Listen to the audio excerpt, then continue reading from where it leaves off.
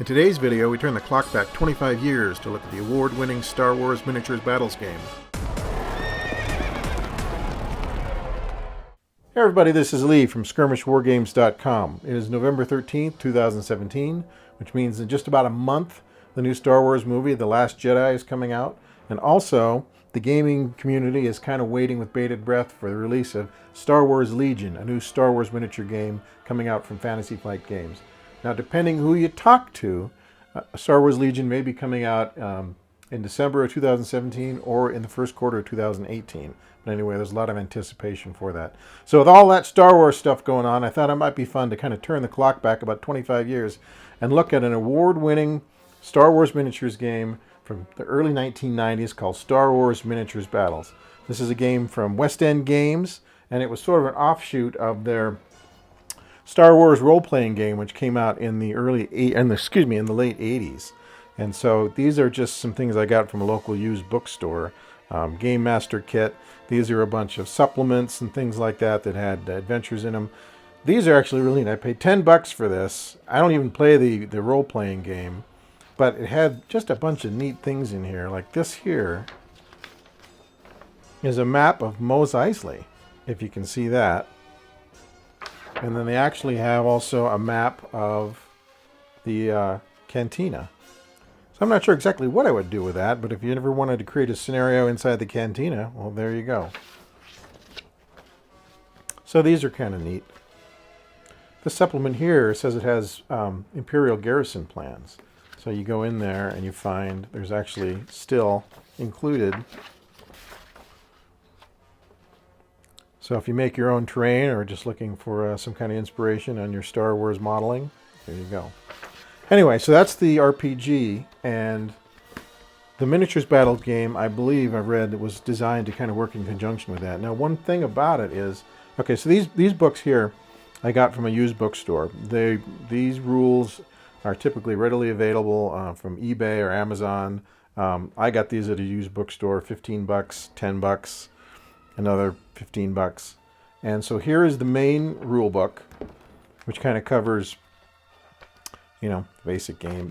A lot of the things that are in here you're going to find in a lot of boilerplate miniatures games across the board. So, you know, squad building, close assault, terrain.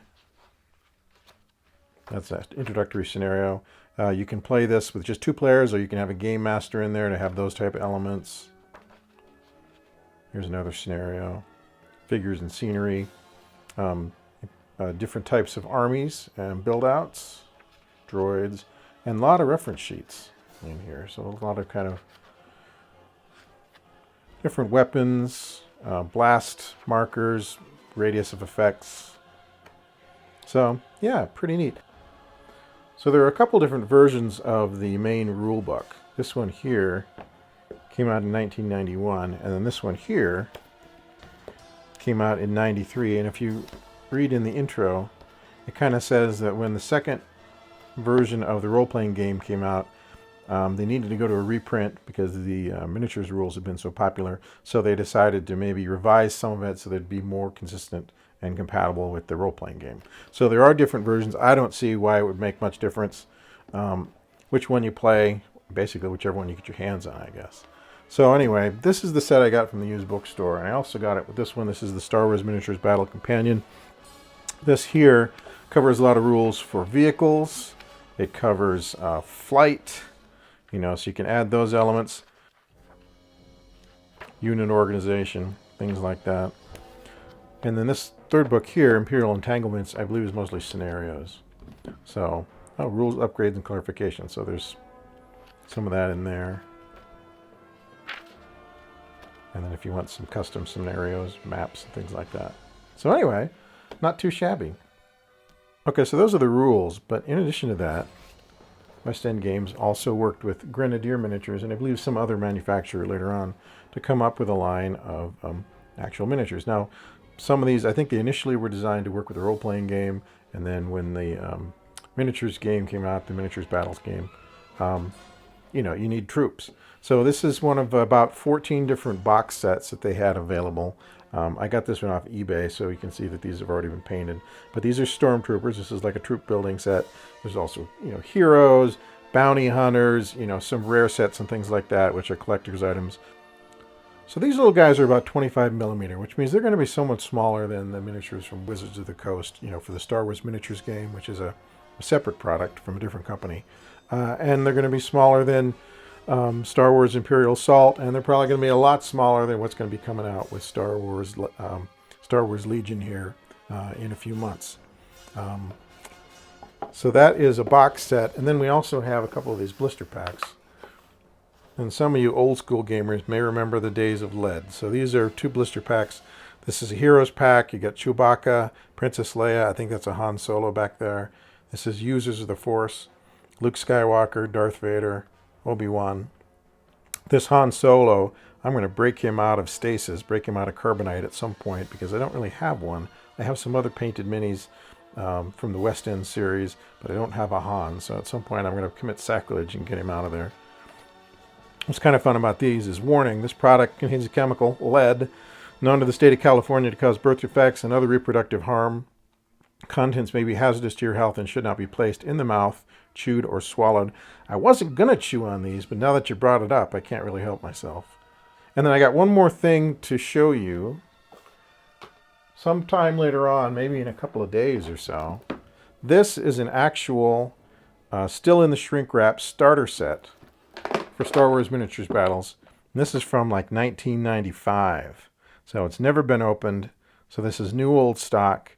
And we're going to do an unboxing on this. Not today, but here in a couple of days, so I can spend some time on it. We'll break it open and see what's in there, and see what's been hermetically sealed for the last couple of decades. And one last thought. There's a lot of game systems coming out in the next few months based on licensed properties. Fallout, Star Wars Legion. There's a Game of Thrones, miniatures game that looks like it's going to be really strong. But whenever you do that, you're investing in a whole new system. You got to, keep up with the updates and all the new booster packs and the cards and everything else that goes with it, depending on what the company's doing. Sometimes you just want to play a game. And what I like about stuff like this is, if you want to invest in those other games, absolutely, go for it, have a lot of fun. But if you're not quite ready to do that, and you have some old West End minis, or Wizards of the Coast miniatures, and you just want to have a Star Wars themed game, you can do that. Pick a copy of the rules up, cheap, get a used book, use minis you've already got in the bank, or buy some cheap ones on eBay, and just have a good time. And then if you're ready, if you decide you like the system and you want to buy into something, that's a little newer and a little more proprietary and is going to, have a lot of updates and things like that, by all means. Again, it's your time, it's your money, it's your hobby. Do what you want. So thanks for stopping by and checking out our look at Star Wars Miniatures Battles. If you like our content, please subscribe to our YouTube channel or visit us online at skirmishwargames.com.